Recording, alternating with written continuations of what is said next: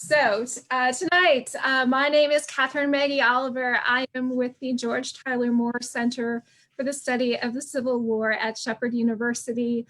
And I'm very, very excited to introduce to you all two good friends of mine from the faraway land of Massachusetts, Kristi Martin, Dr. Kristi Martin. She is a scholar specializing in Concord 19th century literary circle, featuring some of the authors that we'll be talking about this evening. She's been a public history and museum professional and has been working with several of the literary historic sites since 2010. Also with us this evening is Richard Smith. Richard has lectured on, hi Richard. He has lectured on and written about antebellum United States and 19th century American literature since 1999. He has worked as a public historian in Concord, Massachusetts for 21 years, specializing in the Transcendentalists, the anti-slavery movement, and the Civil War. He has written 6 books as well for Applewood Books. And again, my name's Catherine. I'm excited to finally have this program live for you. We are talking this evening about 2 of the most contentious words in American history, John Browne. John Browne is a figure John Browne is a figure that we do not talk about in facts. We talk about him with emotions. And that is precisely the scope of our conversation this evening, not our emotions so much as the emotions of a specific set of literary figures in Concord, beloved authors such as Henry David Thoreau, Ralph Waldo Emerson, and Alcott. John Browne, as I said, he's not a story that we talk about, that we can study in facts without immediately coming to some sort of gut level emotional feeling about him one way or the other.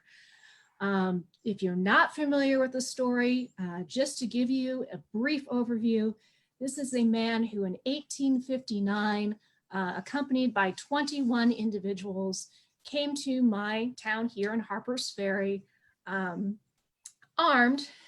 with the purpose of seizing weapons from a federal facility to further the cause of ending slavery in the United States. His actions would result in the deaths of 16 people, including 2 of his own sons, 8 additional members of his army, as he referred to it, the mayor of Harpers Ferry, as well as a US Marine, and other civilians. He was ultimately captured at Harpers Ferry. He was tried, convicted of murder, convicted of treason, convicted of attempting to start an insurrection among the enslaved population. John Browne immediately struck a chord of very deep fear and rage and senses of betrayal throughout Virginia, throughout much of the South. And if we think about these actions that I've described to you, things that he was convicted of in a court of law, when we think about somebody who's invading a federal facility, the word that we would use today to describe that action is terrorism. So who on earth would be supporting a terrorist? We might put some pictures in our mind of the sort of people that we would associate with that. But as it turns out, some of the strongest supporters of Mr. John Browne are also some of our most beloved writers and authors and poets and philosophers. That's kind of an introduction to our topic tonight. Richard, what the heck is going on in your town of Concord with these people? Background about what Concord means, why it matters that these authors are in Concord.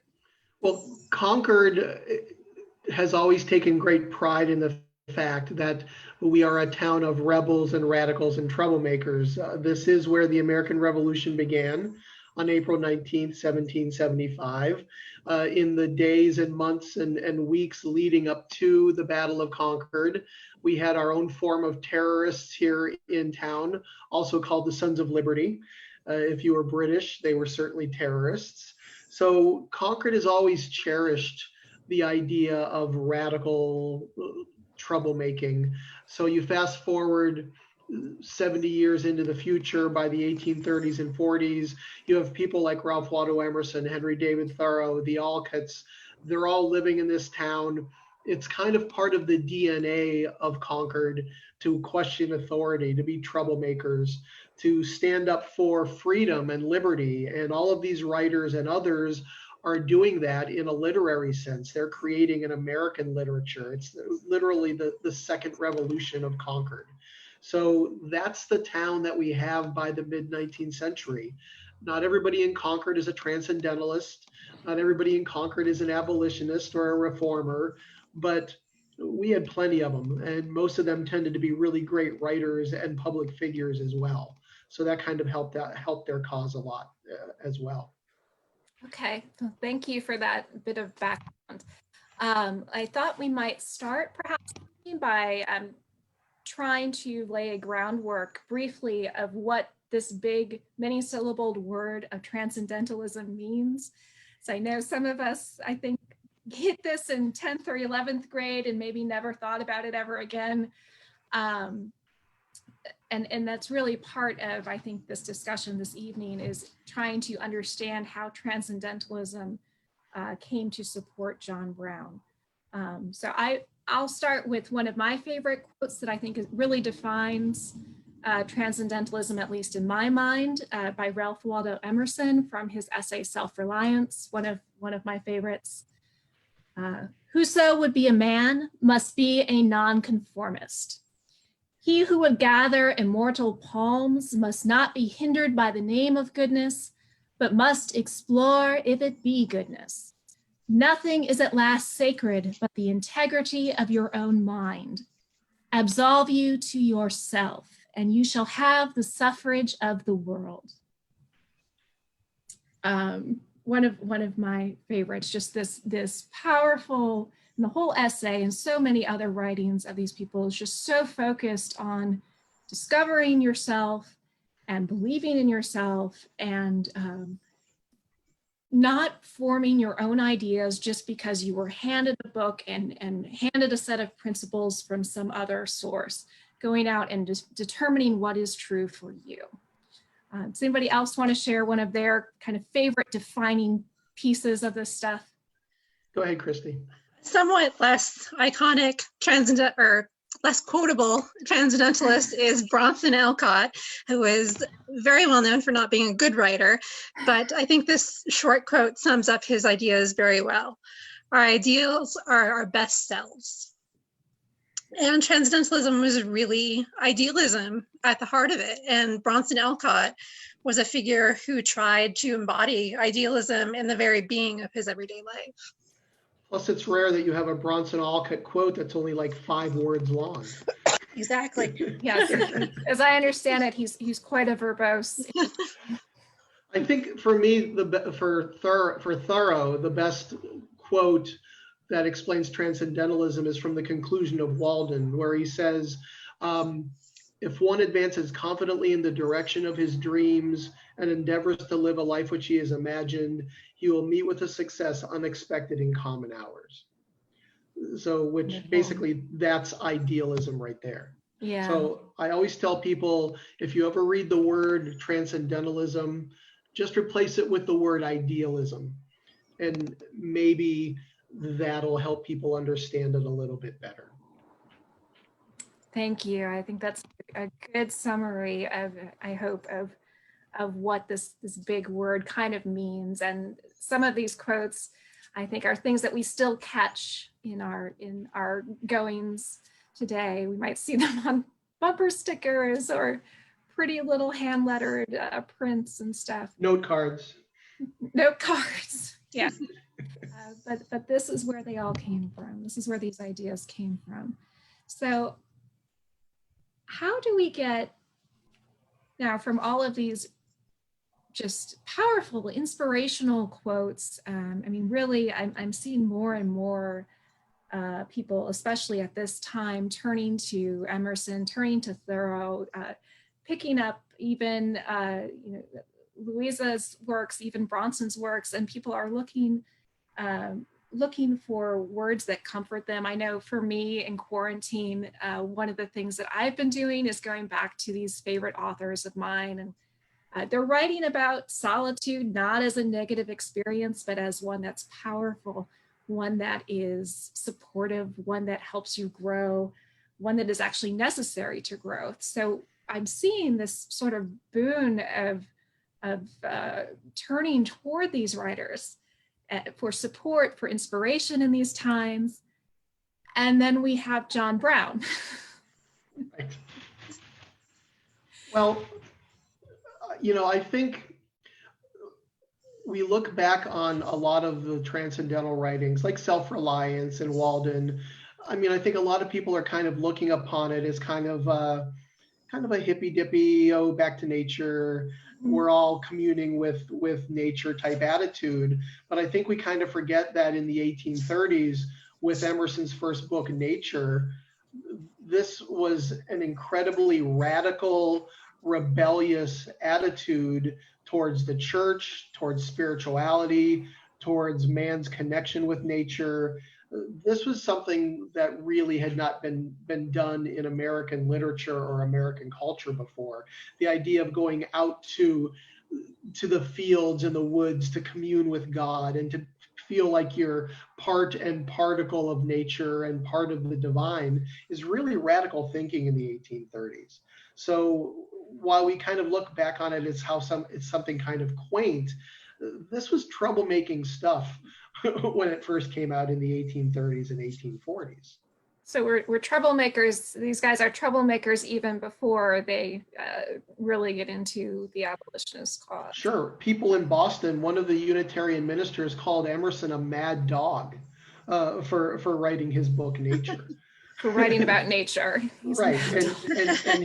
And his relationship with nature. So, and I think Kristi, Bronson was certainly, he was considered pretty weird and troublesome and strange in his day as well. Bronson Alcott was definitely a misfit in his own period. And still today, people look down on him for his dedication to his idealism, the fact that he put principle before many of the practicalities of life is something that he's still very much criticized for. But I think you're very much right. Transcendentalism in and of itself promoted radical change between the relationship between the individual and society. To be one's own authority is really what Emerson and Thoreau are talking about. The ability to make up one's own mind and to have an individual relationship with the divine nature, as we mentioned. This was all revolutionary at the time. And Bronson Alcott really epitomized that to a degree that some of the other figures didn't. Anything from his diet, he was a radical reformer in terms of diet, adopting a strict vegetarian and Graham diet, and founding a utopian community in Fruitlands in Harvard, Massachusetts, where they didn't wear wool because it would be depriving the sheep of their warmth, and they didn't use cotton because it was a product of slavery. All of these kinds of ideals were part of Bronson Alcott's everyday life. Well, and I think what you just said at the beginning of that was really important. You mentioned the word principle, which I think leads us nicely into the discussion of John Browne. Because Absolutely. To all of these people, John Browne, more than anything else, was a man of principle.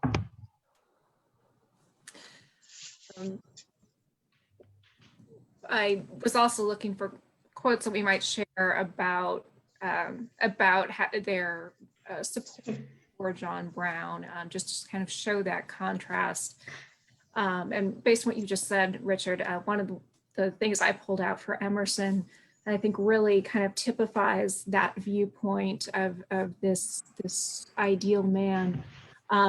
Emerson, after the Harpers Ferry incident, talks about Browne's roots in religion and for much of his life in great poverty, and describes those factors as leaving Browne without any vulgar trait, living to ideal ends, there's that word again, ideal, without any mixture of self-indulgence or compromise, such as lowers the value of benevolent and thoughtful men we know.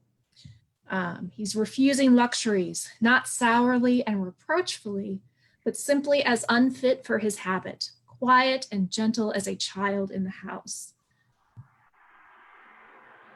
Which is not, it's not normally a characterization that we hear of. Yeah, hearing John Browne as a gentle child is very description. No.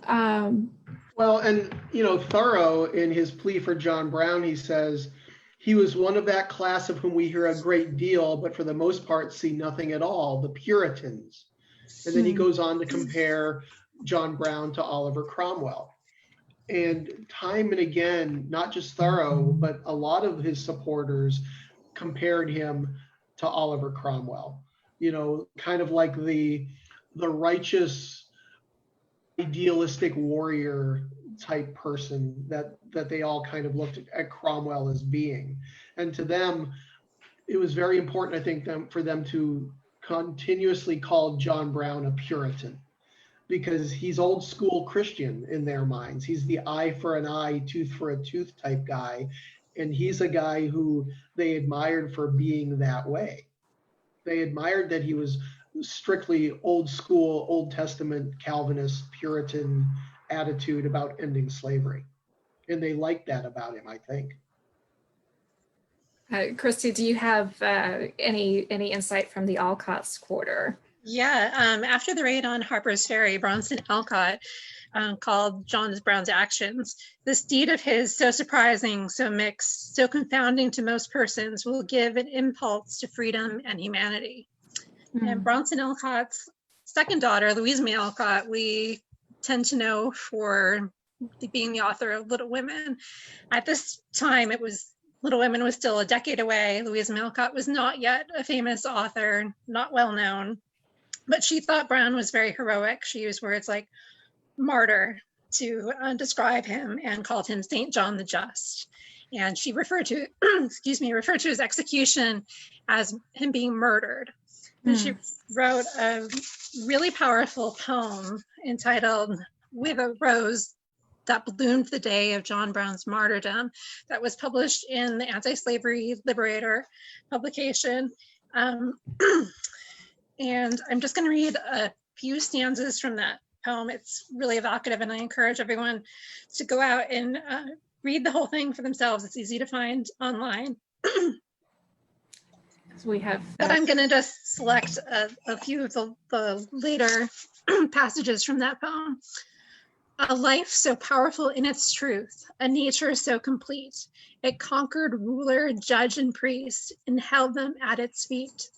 Grim death seemed proud to a soul so beautifully given, and the gallows only proved to him a stepping stone to heaven. Each cheerful word, each valiant act, so simple, so sublime, spoke to us through the reverent hush, which sanctified that time. That moment when the brave old man went so serenely forth, with footsteps whose unfaltering tread re-echoed through the north. The sword he wielded for the right turns to a victor's palm.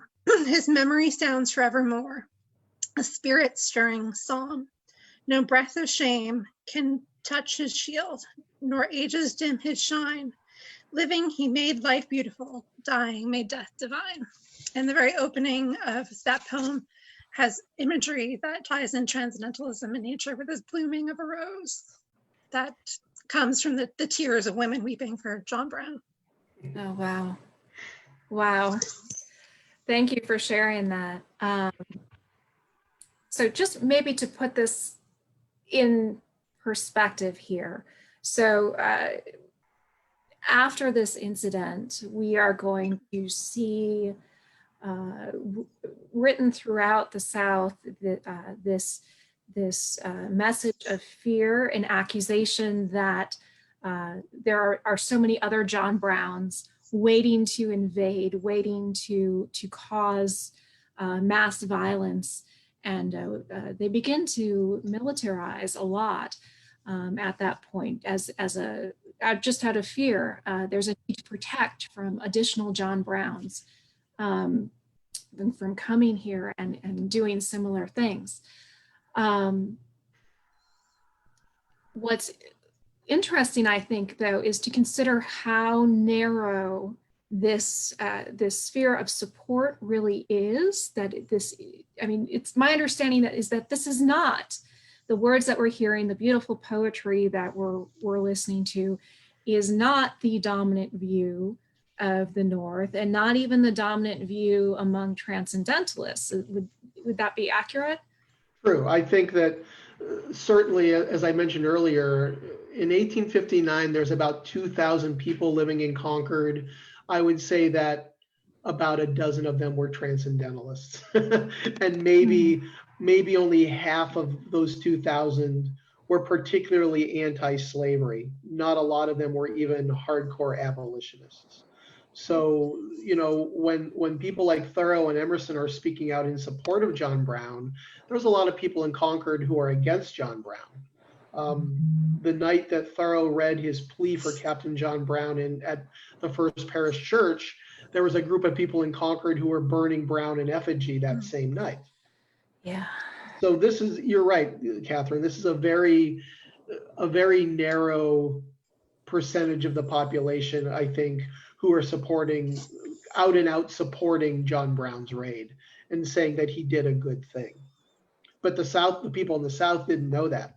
They thought that we were nothing but crazed abolitionists up here who are going to go into Virginia and the South and start open warfare on slaveholders. So in that sense, John Browne, the image of him scared them more than the actual reality of him.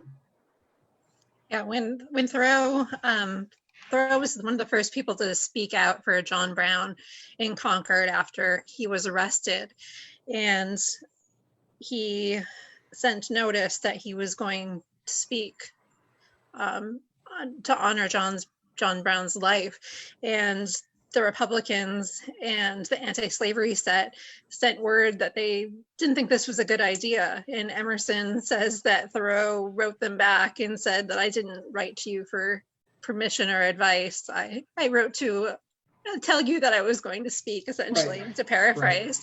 Right. Yeah. Yeah. So that's even within the transcendental circle, even within the anti-slavery circle, they are still trying to discourage Henry Thoreau from speaking at that time about John Browne. Well, you know, the most famous abolitionist at the time, of course, was William Lloyd Garrison. Garrison was a pacifist. And so that John Browne used violence to try to free the slaves really messed with Garrison's whole idea as to what anti-slavery was all about. You know, he believed that it was best to try to maybe reason with the South and try to prick their conscience and get them to end slavery. And then all of a sudden somebody like John Browne comes along, and Garrison wasn't quite sure what to make of that. And in fact, he even thought that Browne, he's one of the ones that started to talk about the idea that Browne was perhaps insane for trying to do something like that, because only an insane man would take 21 guys and go into a federal arsenal and try to free slaves. So that was kind of his way of maybe excusing the raid on Harpers Ferry by just saying, oh, John Browne was insane. And a lot of Northerners basically said the same thing. The ones that said that Browne was not insane were Emerson and Thoreau and the Alcotts. And it's actually interesting because Emerson was a little bit ambivalent when he first found out about what happened at Harpers Ferry. He certainly embraced John Browne's violence and publicly spoke out against it. But when he first heard of Harpers Ferry in a private letter, he said that Browne must have lost his head for doing what he did at John Browne, but he didn't say that publicly. Right. Just also maybe to add some additional historical context here. Here in Harpers Ferry, we talk a lot about the Secret Six, these 6 individuals, New Englanders, funded and were thought to be the conspirators with Browne behind the Harpers Ferry raid. And how much did they know, and how much were they really involved? are questions that we still can argue about today. Just to be abundantly clear, none of the people that we're discussing tonight are even members of the Secret Six. You're right. No, you're right. Although Browne has been in their town before. Browne has been to Concord. He's there twice before. Right, March of 1857 and May of 1859. And he meets with some of these individuals then. And can either of you provide some insight as to their impressions of Browne prior to Harpers Ferry?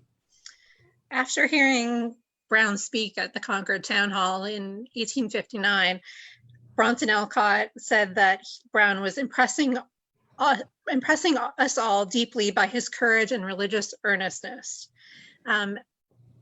In town in Concord, there was a school teacher named Franklin Sanborn, who was one of the Transcendentalists, and he was a member of John Brown's Secret Six.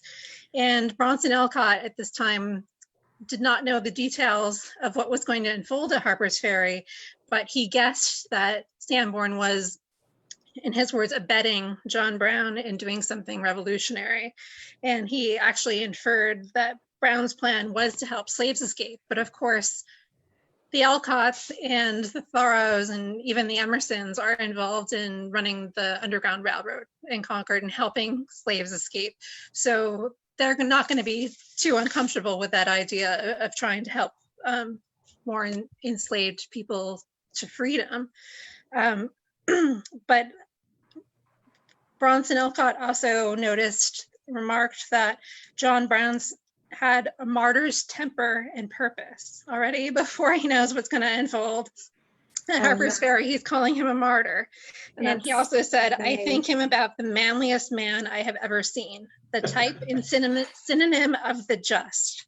Nature obviously was deeply intent in the making of him. So he really sees Browne as this manly example of the best of nature, that nature has really put a lot into the forming of Browne to do this great deed to end slavery. So again, it seems that there's that echo of the sense of idealism. Now we have the ideal man. Yeah. Well, over the years, for many, many years, people kind of, historians and others, have kind of tried to say stuff like, well, maybe Thoreau and Emerson, they weren't aware that John Browne was violent, or they weren't aware what he was trying to do. They were kind of like almost acting like these guys were naive and had no idea what they were dealing with. But the first time that Browne came to Concord in 1857, he had already been in Kansas for 2 years and everybody pretty much knew that he had been killing pro-slavery settlers. So it's not like these guys in Concord are kind of naive and looking the other way. They're very aware of the man that they're dealing with. But when he was here the first time, he's here to raise money for his anti-slavery activities. They all assumed it was because he was just going to go into the South, and which he had already done, grab slaves and taken them to Canada. He'd done that a couple of times already. By the time he's here again in 1859, he's pretty much out and out saying, I'm taking the war to the South. But as Bronson Alcott says, he would leave out the particulars. So here in May of 1859, he already knew that he was going to raid Harpers Ferry. But Emerson and Thoreau and the Alcotts, they didn't know that. All they knew was he was going to do something. They just weren't really sure if it was going to be ultra violent or not. But they didn't have any problem with that either. Yeah, it's interesting question.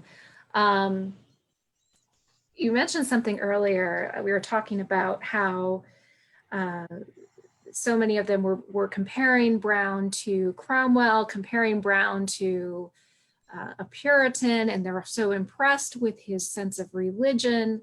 But at the same time, we're talking about the radicalism of almost rejecting traditional concepts of religion, with going out and developing one's personal relationship with God in nature, rather than just accepting a catechism as the basis for belief. So can either of you maybe respond to that? How do we compromise that? We're at one point rejecting religion and then also honoring someone that they compare to a Puritan. I think they really saw Browne as a man that stood for higher principles, the divine principles that they found in nature. They thought that slavery was a great horror, a great sin against humanity. And they saw in Browne a Christ-like figure that was going to sacrifice himself, or did sacrifice himself, for this cause that they believed was so important that every other principle would be put aside in order to free humanity from slavery. I think that what people kind of forget is that when they're comparing John Browne to Jesus Christ, these guys are all Unitarians. Christ may or may not have been the Son of God. Yes, he was That's seen as a human philosophy. representative. Yeah. Right. So to them, to some of these people, Christ was the ultimate, to use an oxymoron, the ultimate divine man. The ideal man, in essence. The ideal man. There we are, the ideal man. So when they're comparing Browne to Christ, they're comparing an ideal man to an ideal man. They're not necessarily saying that John Browne is like the Son of God. That is a very interesting distinction to draw, because I think we have this quote, the comparison to Jesus Christ is actually in our museum here in Harpers Ferry. And I think a lot of people are really shocked when they're confronted by that. Here's the quote. I am here to plead his cause with you. I plead not for his life, but for his character, his immortal life. And so it becomes your cause wholly and is not his in the least. Some 1800 years ago, Christ was crucified. This morning, perchance, Captain Browne was hung. These are the two ends of a chain which is not without its links. He is not old Browne any longer. He is an angel of light. That's Henry Thoreau. And that's from Plea for Captain John Browne. Right. So now granted, even comparing him to Christ in 1859 upset quite a few people. I'm sure, yes. But Henry knew what he was doing. Henry knew what buttons to push. It sounds like you have quite a lot of rebels up there. So let's talk maybe for a moment after this happens, after the raid. Of course, we have this outpouring of support, but then the community continues to be involved, not just in words, but in actual support of the Browne family, correct? Yes. Right. Immediately after Browne was arrested, the authors in Concord were trying to come up with a plan to free him. Emerson started to write a letter to the governor, trying to make it an insanity plea for Browne. He never finished that letter. Franklin Sanborn, who I mentioned earlier, the school teacher that was part of the Secret Six, he wanted Bronson Alcott to go down to Harpers Ferry and make a case for Browne. And Bronson Alcott was willing to do that, but they ended up giving up all of those plans. And Browne himself said that he did not want to be free. He wanted to die. To take the consequences of his action for the cause. He talks. Right. He talks about possibly being, his life has more value in death. Yep. Yeah. Become that martyr, essentially, that the transcendentalists try to make him. They also did support the Browne family in several ways. In May of 1860, John Browne's widow came to Concord as part of a fundraising effort from the Anti-Slavery Society to raise money to support John Browne's widow and children. And as part of that, the Alcott family hosted an Anti-Slavery Society reception at their home Orchard House. And it was attended by Browne's widow, Mary Browne, and his widowed daughter-in-law, Belle. And Louisa May Alcott was very upset that they had lots of uninvited guests who came as curiosity seekers to see the famous Browne women. They were expecting about 20 people that were regularly involved in the anti-slavery society in Concord, and 42 people showed up at the Alcott home. And Louisa said they had no business here. So they were not anti-slavery people. They were just coming to look and see. And they passed around John Browne's grandson, who was an infant. Louisa described him as a heroic looking baby. And as he was passed around among the strangers, he seemed to ask, "Are these my friends or my enemies?" Louisa herself said that she worshipped at the shrine of John Browne's grandson, enjoying playing with him and having him suck on her fingers. And she described him as a heroic looking baby, that he was kind of the emblem of John Browne in the next generation. Yeah, I think that a lot of the people in Concord, after John Browne's death, they kind of put their money where their mouth was, and you know, the Annie and Sarah, I think it was, his two daughters came to Concord. They went to Frank Sanborn's school. Another one that we haven't talked about, Thomas Wentworth Higginson, he continually sent money to the Browne family. He was one of the Secret Six. He sent money to the family. I think Samuel Gridley Howe also sent money to the family. So they all kind of really gathered around the widow Browne and did their best to make sure that the family was taken care of. And when Annie and Sarah were going to school in town, they boarded for a couple of weeks with the Emersons before going to another home. And then the next year, they actually boarded with the Alcott family and lived with them at Orchard House. And one of my favorite stories was Frank Sanborn, I think it was, or Bronson Alcott. They said that Annie Browne told them that Henry Thoreau reminded her of her father, which I don't know if Thoreau ever knew that or not. But again, I just found that to be one of the most interesting comments from that period. That is really interesting. Right. I can't believe that nobody told that to Thoreau. I'm sure they did. Yeah. He doesn't mention it, but I'm sure that they told him that she said that. Maybe just sort of to wrap this up here, moving forward, do any of these people that we have talked about this evening, of course, John Browne is here in Harpers Ferry, we call the John Browne Raid the start of the Civil War. This is where it began. Does Emerson or Thoreau or any of the Alcotts, do they engage with the war effort when it breaks out in any way? Louisa May Alcott was an army nurse. She longed to be a soldier, but as a woman, she could not. So right after her 30th birthday, there was a requirement that you had to be 30 years old in order to enlist as a Union Army nurse. She did so and went to Georgetown Hospital in Washington, D.C. That was in 1862. And she enlisted right after her birthday. Unfortunately, she only served for about a month because she was in the hospital right after the Battle of Fredericksburg and contracted typhoid pneumonia and became very sick and had to go home. But she was very proud to have served as part of the war effort. She considered herself an abolitionist from the age of 3. So it was very important to her to be able to be part of that cause. Yeah, Henry Thoreau pretty much ignored the beginning of the Civil War. He wanted nothing to do with it. He never voted for anybody, including not voting for Lincoln. And in fact, he ended up dying on May 6th, 1862, from tuberculosis. So he was pretty sick the first 2 years of the war, and he died before the Emancipation Proclamation.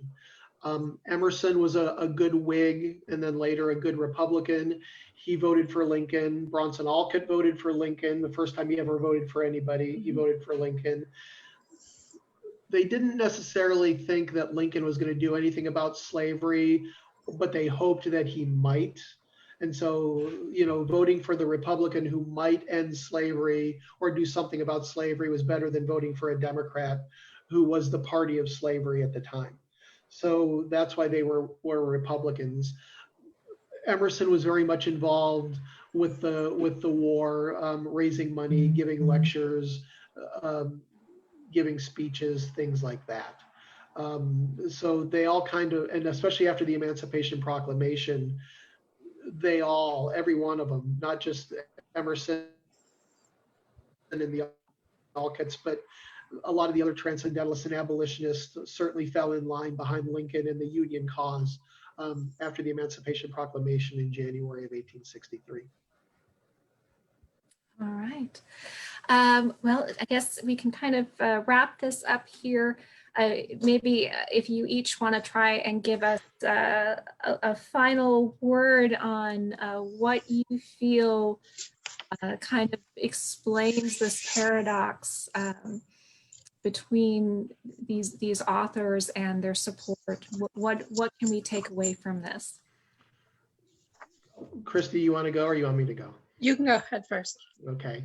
I think that, if you read one of Thoreau's early essays, which we now know as Civil Disobedience, they kind of look at that as maybe a pacifistic essay. And it is to a certain degree, but it's about following your conscience and doing what you think is the right thing if your government is doing something that you think is immoral. So you fast forward 10 years later to 1859, in Thoreau's mind, John Browne is doing exactly that. He's standing up against a government that is doing something immoral by supporting slavery. So Thoreau was never a total pacifist. The idea that he somehow switched gears and became violent, I think is kind of a misunderstanding of him and his writings. I think that to him, John Browne is an idealistic man who's doing the right thing. I read the term yesterday, righteous violence. To people in Concord, righteous violence took place at the Battle of Concord in 1775. And John Browne is kind of doing the same thing. The Civil War became a war of righteous violence when it became a war to end slavery. So people like Thoreau didn't necessarily switch gears. He just believed that over time that maybe more drastic measures were needed to end slavery. And John Browne, to him, was the guy that was going to do that. Yeah, Bronson Alcott is another person that's really thought of to be a pacifist. John Browne's daughter, Annie, actually described him as a peaceful man, so peaceful a man that he would not kill a mosquito. Yet Bronson Alcott was a member of the Vigilance Committee in Boston after the Fugitive Slave Law, to help protect African Americans in Boston from being taken away back to slavery. And he actually carried a pistol as part of his duties for that, and helped plan a mob attack to help free Thomas Sims, one of the men that had been arrested and detained. And Higginson remarked on how calm Bronson Alcott was in the midst of that mob scene, walking into the courthouse after people have been shot and looking at the federal marshals and then just calmly walking away. So this is a man that is very peaceful, but I think that indicates a willingness to be prepared. And I really love this quote from Thoreau that I think sums up that idea. Thoreau said, "I do not wish to kill or be killed, but I can foresee circumstances on which both of these things would be unavoidable by me." And Thoreau called Browne a transcendentalist above all. So that comes back to this idea of Browne as being this ideal man that was pushed to violence by the extreme circumstances of slavery. Thank you. Thank you for that. Well, thank you both for joining me this evening. I know that we are in a very strange time, everybody locked down. But I think one of the silver linings of this experience has been able to share a stage of sorts with good friends and have these conversations across so many miles. So thank you. It's nice to have Harpers Ferry and Concord connected again. Yes, yes, without so much violence. That's Right. Right. thank you. Well, thank you all, and thank you for everybody who's been with us this evening. We apologize again for our technical difficulties at the beginning, but I hope you stuck with us. Thank you so much. And we will see you again soon. Have a good evening.